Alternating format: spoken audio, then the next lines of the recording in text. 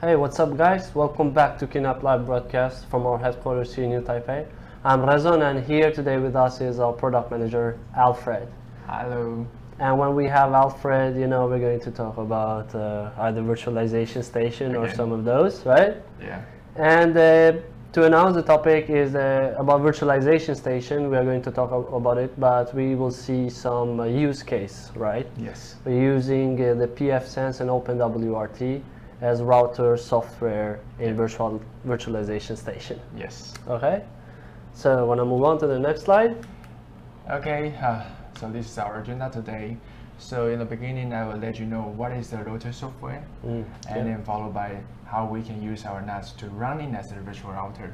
Okay. So including some of the environment what I'm going to introduce, and also flexible virtual infrastructure, and then easy to manage. And then the last part is about how we can set up from scratch. I will let you know one by one step. So this is a demo video. Yeah, this is a demo. So I think we will spend more time to teach you how to set it up and then how to use it. Okay, let's see. Yeah. So in the beginning, I think most of the guys, you already know what is the routers. It just forwards the data between the computer and the network. So normally you can just go to a store and purchase a physical router, and then you will see the router, this instruction will let you know, okay, you have to access the certain IP address, for example, 192.168.0.1, for example, and then you can access the web UI. And then this is router software there. So here we are going to let you know the router software. Actually, router software is more like the software-based routers. So we can running that into a virtual environment, let's say the virtual machine. Okay. And also we can just use that to run it in a certain appliance. So if we see, for example, the OpenWrt, actually they provide the firmware, and then you can use that firmware to upgrade your physical routers by your own self. All right. Yeah, so we say this is a software-based routers. So what we are talking about this part, because we think NAS will be a good platform to run in those software-based routers, and then you can just use the routers without purchasing any physical one. Okay. And this would be very useful for the clients also. Yeah, if you want to do some internal or the isolated network environment, you can just you can just build up your own routers and to do some let's say the firewall functions or any of the QoS functions. Okay. Yeah. So and then you can imagine that why you need these software routers. I think I can just come out 4 concepts. The first one is that you can imagine that once you purchase the physical routers, and then there will be one day will let you know this end of life. You couldn't get any upgrades, And then if this is still let's say the new security issue, and then you couldn't get any of the updates. Yeah, updates or just secure your environment. And the second, because those software routers is open source, which means they have a lot of developers or users. They will contribute their efforts to make these software routers better. So for example, adding more features or maybe fix some of the security issues. And the third one is about actually NAS is quite high performance if we were looking at the 86 architecture.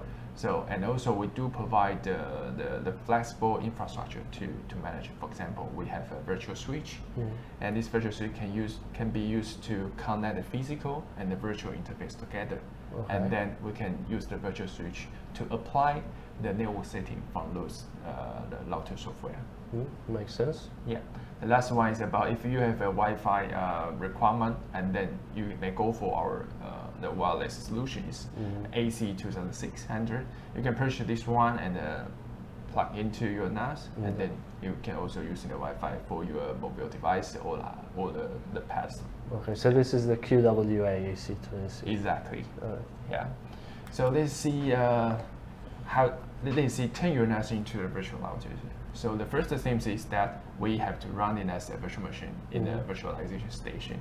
So the first one is about the environment. Actually, all the 86 architecture NAS from Soho to SMB, those support virtualization station. And also, just like you mentioned, it's QWA AC 2600 Wi-Fi expansion card if you have a Wi-Fi requirement. And besides that, we also provide a 1 gigabyte Ethernet to 40G for the network expansion card. Yeah, so this environment can provide what you need, or maybe you want to develop a certain network environment. And also because this is based on the virtualization, and we have a flexible infrastructure. Okay. Yeah. So for example, we can allocate certain resources such as the CPU cores, memory, and even the number of interfaces. Okay. Yeah. And then the second point is about the virtual switches. As I'm saying, we can use these virtual switches, connect the physical and the virtual together, and then we can apply for the network setting throughout those virtual switches. Okay. And later I will let you know all the topology what we use the virtual switches to connect the physical and the virtual one. And the last point is about the central management, because the virtualization station already provides the central management UI. So you can see all the usage, all the resource traffic, kind of that, to see the VM status. And also, we do provide the virtual appliance. Actually,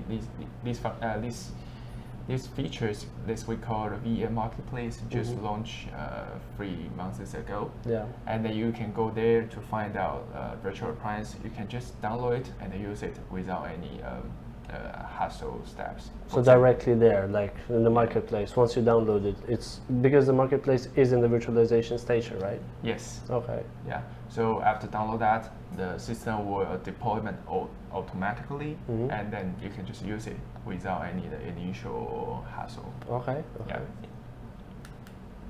So this is how we use that. It's a virtual router, but it looks very terrible, but I will just let you know one by one. Okay. So I think we can start with the right side.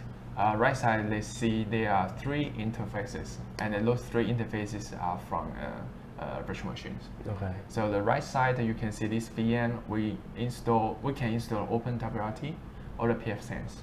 Okay.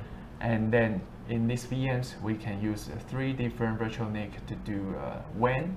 This will interfaces and also LAN interfaces. So let's see the first one, the virtual NIC one. This is WAN interface. We will use this WAN interface and also the physical NIC to connect into a virtual switch. So that means all the traffic throughout the physical network, physical NIC, they will go through the VM first. Okay. So if we have some the firewall setting or some the QoS setting, every traffic will go through the VM first. So let's see, we can use OpenWrt or pfSense to do some the filter or the inspection. Okay. And the second link is about the LAN interface. Actually, as you can see, this second LAN interface, we also connected to a virtual switch and also a physical NIC here. Why we do this, because if you want your the devices in your network, let's say in the same office or the same room, and then we can use this physical NIC to connect a physical switch. Yes. And then every device connect to this physical switch can get an IP address from this VM. Okay, I have a question. We see that the virtual switch for the WAN is external only, and the virtual switch for the LAN is bridged. So yes. Why is that? Okay, because when we have IP, let's say the bridge, the difference between the bridge and the external only is about whether the virtual switch has IP address or not. Okay. So for example, if your virtual switch is using the bridge mode, which means you will get the IP address from your DHCP server. So once you have done that, and then this virtual switch can be accessed from the outside. Okay. So if we don't have any address, if we don't assign any IP address for the virtual switch, which means it's external only, and then there will be no one can access your NAS. Okay. It will be more like a dedicated use. And you can use it for the internet access. Yes. Okay. Yeah. So, so let's say the first virtual switch is external only. So that means you won't see the NAS IP address. Okay. The first IP you see will be that VM. which is already installed OpenWrt or pfSense. It's more secure because you have to go through the VM first. Let's say the router first, and then you can see the other's device. Okay, makes sense. Yeah, and also let's see the second virtual switch. There's another line linked to the AC 2600. This is for the Wi-Fi usage. So if you have a mobile device or the others, you can use the AC 2600 to get the IP and then access the internet. Okay. And the last one is very simple use. We can just create a virtual switch and then there's some VMs connect to this virtual switch, and then the interface of VMs can get the network settings from these routers. Yeah. Seems very interactive topology and can be used in many ways according to your need, like either using the physical switch or the wireless one with the QWA. Yeah, because I just use one diagram to merge a lot of different usage, so I have to split it one by one to let the customer know. And also, if you think you're not good enough, you wanted to put it together, and then it's also work. You can do all of those. Yes. Okay. Yeah. So the next section, just let you know the OpenWrt and the pfSense. Actually, both of them are open source. So that means you can just get the source image from the internet. So they see the OpenWrt. Actually, this is a Linux-based firmware, and the pfSense is a free BSD-based firmware. So that's why we're using the virtual machines to run that instead of a container. Yeah. And also the OpenWrt, just I'm saying in the beginning, they have provided a compatible hardware list. So for example, you already have a physical routers and you want to upgrade the firmware, and you don't know whether OpenWrt is support or not, and then you can check their hardware table list. And if your physical router listed there, that means you can just upgrade the OpenWrt firmware there. And also for the pfSense, it's also free to download and use. But if you want to get some support service, and then this is a vendors called Netgate, and then they provide the subscribe solution.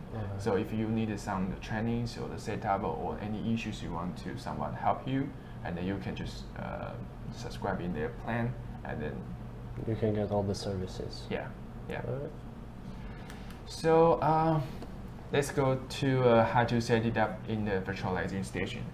I just come out 4 steps, I think, before we do the real demo, and then just let you know what kind of the major step we have to go through. So first one is we have to download the local software image or the virtual appliance to get that. And the second, it depends on if you get the virtual appliance, and that means you can just use import. But if you get the image, install image, and then you have to create. And then those are 2 different steps. It depends on what kind of source you get it. Okay. And the third one is more important because normally a router has 2 interfaces. One is for WAN, and then another one is for LAN. And the 4 is about we have to set up a LAN interface's IP address. Okay, but this depends on different software routers because normally they will have a default. Just like I mentioned in the beginning, for some physical routers, they will let you know the first IP address of LAN. And then why we have to notice that, because if we want to use the web UI to configure some of the settings, and the first step, you have to connect the web UI first. Normally, this web UI will set as a LAN IP address. Okay, so these 4 steps you have to know first, and then in the demo you will see how I set it up in the Virtualization Station. So in today's demo, I just let you know what I'm going to do in this section. In this section. So in this section, I will using VM, and this VM will install OpenWrt or the pfSense, and I'll prepare 2 network interface. One is for WAN, and another one is for LAN.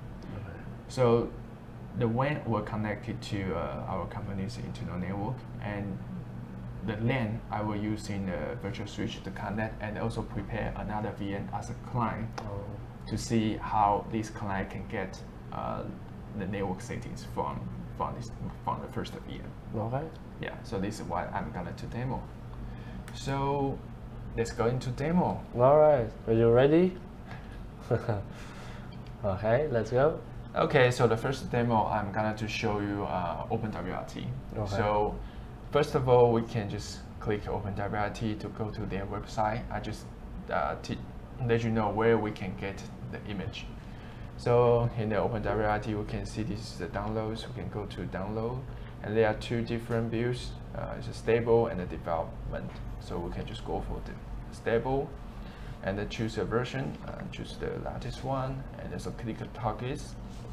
There are a lot of platforms, and then we are using the 86 and also 64.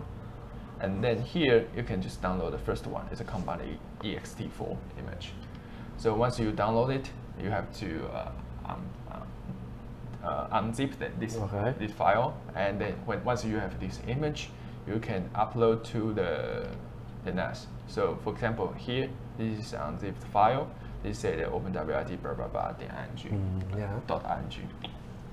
So before we start this one, I have to say, because this is about the low image, for using this image into Virtualization Station, the first thing we have to do the convert. Okay. Yeah, we have to convert the low image to the qcall2 file. The qcall2 file is used to the KVM kernel-based virtual machines. So it will be a little bit difficult, but I think I'm trying to explain more. Yeah. So first of all, we have to go to the place where the image is stored. This is ISO. So this is some terminal work. Yeah. So if you are using a Mac, you can just use the terminal and the SSH to log in your NAS. Yeah. And then, as you can see, this location, we already have this image. And the first thing we need to source, because we're going to using some command line, so we have to source first. So after source, here, this is the command we use. It's a qemu-img convert. This is some parameters, and then you can see there are two file names here. The first is the original file name, and then the second is about what we want to the convert one. So after that, you can see the progress, and then it's finished. So let's see. Just refresh. And then see we have the img image here. So let's go to the virtualization station. So normally when you get the OpenWrt and also do the conversion, and then you can create a VM. Let's say OpenWrt, and then choose the generic, and then the CPU cores depends on what you need. Okay, let's say 4, and the memory. And the most important thing here, you have to choose the user existing image. Yeah, because the image we just download from the OpenWrt. So we have to choose that, where we put in the ISO here. So this is already converted. Just click OK, and then click OK. Then this VM will be created. So let's see. I already created a VM here. So we will check the network first. As I'm saying, we need to make sure there are two interfaces, network interfaces. Okay. Yeah. So we can go to the setting, network. As you can see right now, just only one, because default just one. So we have to add another one. I say about the network. Okay, let's see. We use the IO. Okay. So there is a point we have to notice that for OpenWrt, the first interface will be treated as a LAN interface. Okay. Yeah, it will be a little bit different because there is no certain rules for loader software. So for example, for the pfSense, the first interface will be treated as a WAN.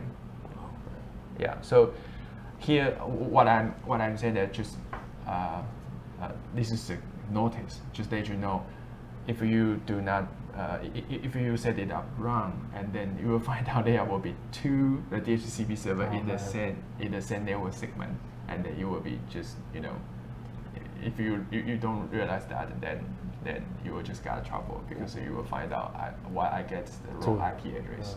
Yeah. So after that, then we can just launch it. Actually, it's quite fast. Actually, the launch maybe just take maybe 30 seconds to prepare everything.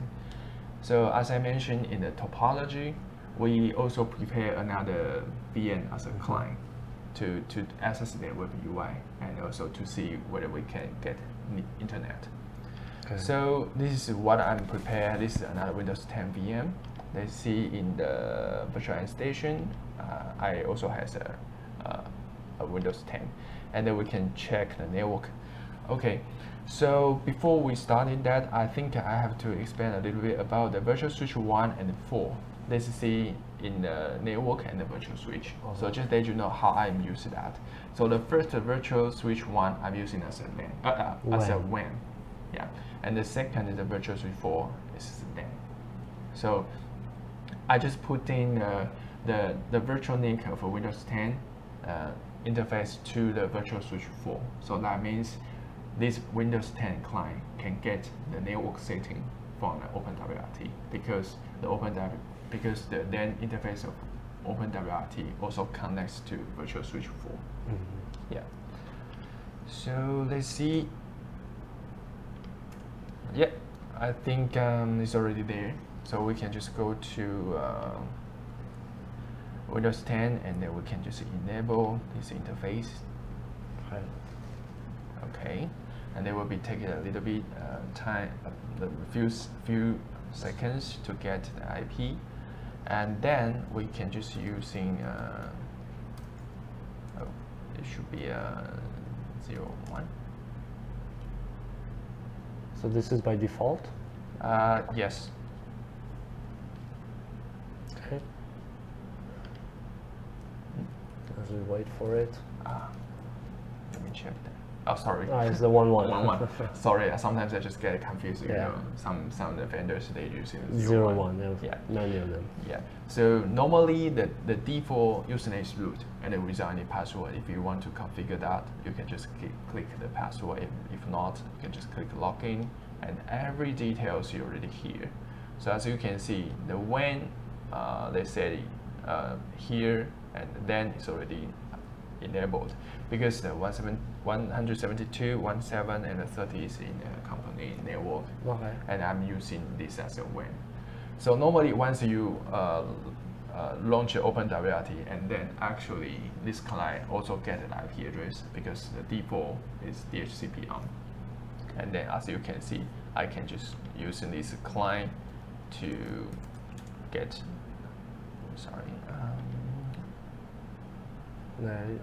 yeah, something wrong. Okay, but it's fine. No, it's actually fine. You know, it's just like it need to refresh. But anyway, we get the idea that you have the internet from this side. Let me check that. Okay. Oh, yeah, it's fine. Yeah.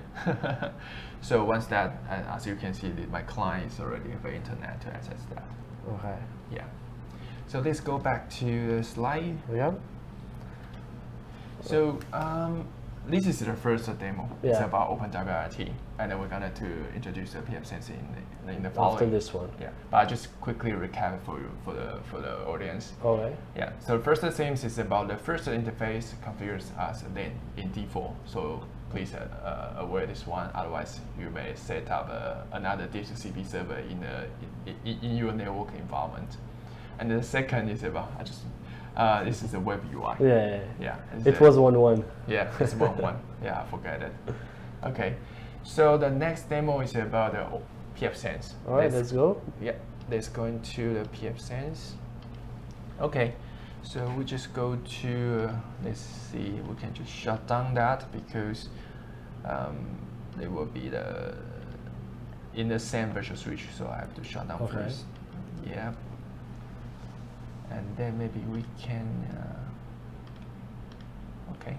So pfSense, as I mentioned, pfSense we already have a coordinate with them. So we already prepare the pfSense as a virtual appliance and put it in our VM marketplace. Okay. So that means you can install a Virtualization Station and then go to VM marketplace, and then you will find out there's a pfSense here.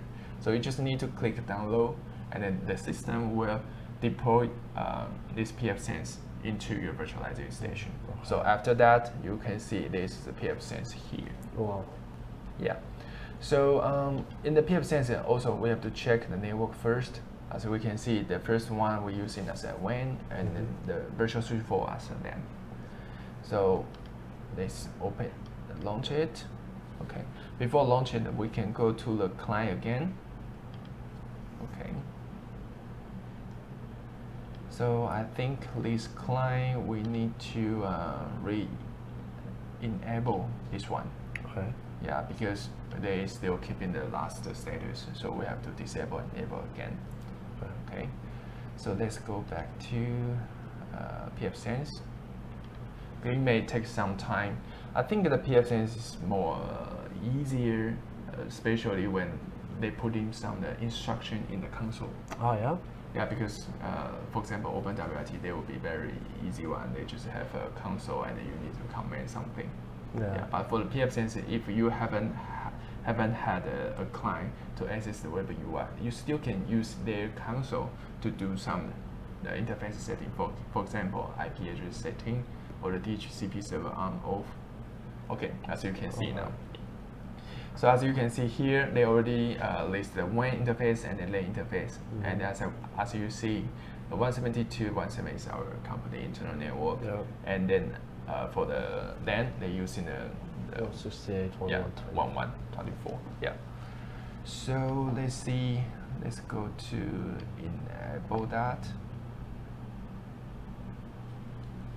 Okay, they will get identify. Okay, let's see how it is working. So this is obtaining the IP and everything right now. So yeah, but we get the idea. You know, this is how it works. We saw how it works with OpenWrt, and this also with the pfSense. So yeah. Okay. I think. So they said maybe we can just set up the interface IP address, for example. Yeah, and then just let you know how we can just quickly use that. Okay. So for example, there are options say the set interface IP address. Let's just click press 2. Sorry. Where's that? Yeah, and then they will ask us which interface you're gonna to edit. So they say the interface, LAN interface. Then we can just give, let's say, 2.1. Okay, it's a new one. And for then, yes. And if you want to set IPv6, and if not, just click, press enter, and then enable DHCP server, yes. And then if yes, then you need to give IP range. Let's say 2.50 to 100. Okay. And then they will ask you whether you want to use HTTP as your web configurator protocol. They say yes.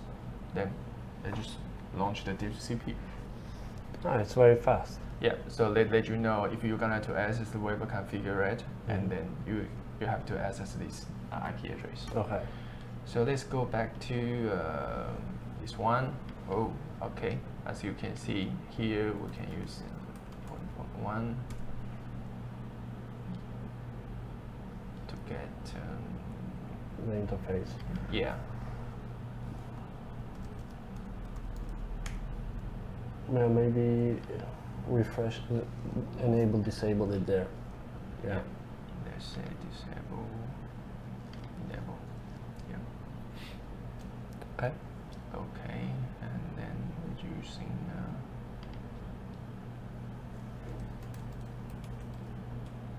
Okay. Yeah. Right now we're just getting the pfSense.